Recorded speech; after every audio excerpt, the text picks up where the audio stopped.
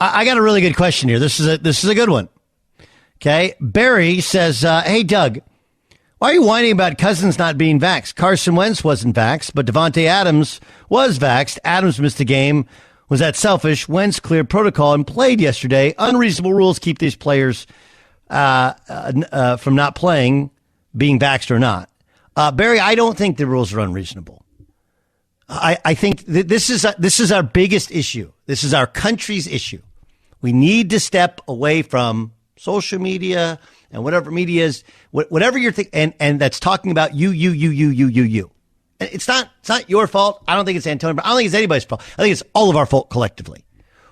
We are the most selfish nation going. That's it. That's what this is all about. All of it. Opting out college football games. Antonio Brown. The vaccine thing is that's all it's about. That's all it's about.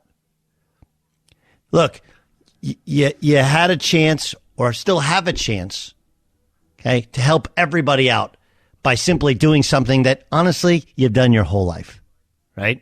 Before Jenny McCarthy started pitching this whole childhood vaccines lead to autism thing, which has been dispelled 15 times over and humiliated her. She's not a doctor immunologist. She doesn't know what she was talking about yet because she was hot when we were kids, right?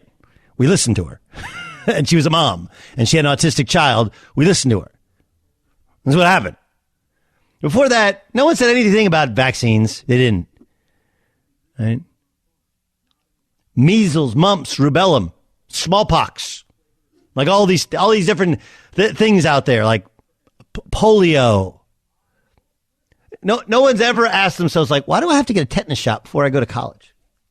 Like, nobody. You're like, I don't want to get tetanus. How many people get tetanus? How pervasive is tetanus? Do I really need a tetanus shot? Like, no. You know why? Because doctors have studied this stuff through the years, and they're like, you know what? This is the best thing for everybody. So you do it. And it's the same thing and COVID is a global pandemic. So first of all, to the rules and how they've changed or whatever, I'll grant you, like, they changed midstream because new disease, new variants, things are evolving, and as they get more data, they adjust. That's what smart people do. Smart people do. That's what reasonable people do. The point is about Cousins, everyone knew in sports, everyone, that forget about global pandemic and everything. If you want to put yourself in the best possible situation to have an entire season, the smartest thing to do, the sacrifice you had to make was go get a vaccine, which, oh yeah, by the way, protects you and your family as well. Is it the end all be all? Does it stop the thing in its tracks? Like, no, that doesn't exist. You can't do that on the fly. It takes years upon years of research. This is the best we can do in short order. That's what the president at the time and since has said, right? So you can tell me these rules are arbitrary or unfair or they changed, whatever. Like, look, Kirk Cousins knew you're the leader of a football team. If you want to track teams that have been good, teams that have been bad, okay, you know what the number one determinant is? Huddle in here real quick. Ready? You ready for it? Is your quarterback healthy? Go and look. Team has quarterback go down. Doesn't even matter the quarterback's all that good. Because even the good ones have bad days. The great ones have less bad day, right? Like Aaron Rodgers had one bad day this year. One really bad day. And then he wasn't there, and there's their losses right there, right? The one really bad day, and then, of course, they lost to Minnesota, too. And the defense wasn't particularly good. So, and they've had other injuries. They've had some other COVID issues as well. But if you want to track what teams succeed, what teams fail, is their starting quarterback, their QB1, healthy?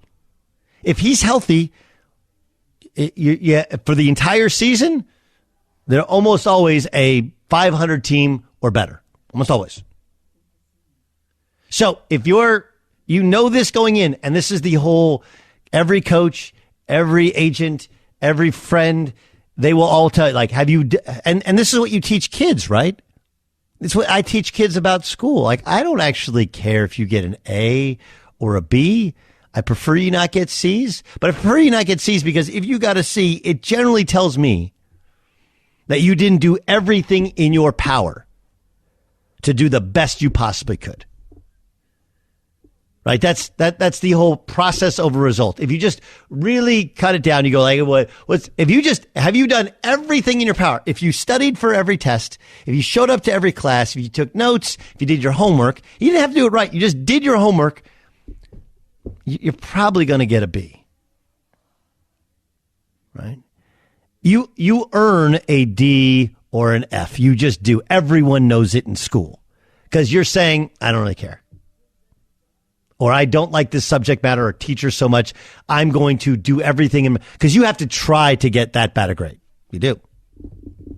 And in sports, it's much the same thing. Like, I know Kirk Cousins isn't perfect. I think he's better than the common perception. I don't think he's as good as either the contract or the $45 million he's owed next year. Right? I think he's somewhere in the middle. I think he's a good, solid, B- quarterback. He's better than you think. He's not as good as you need to be to win big. He won a playoff game in New Orleans, played well. He's cost them some big games with some shaky performances in primetime before. Like that's the Kirk Cousins experience. But did you do everything you could? The answer is no. And he might cost Mike Zimmer his job, and he cost the Vikings their season last night. They had no chance with Sean Mannion. None. Everybody knows it. I'm just the one saying it.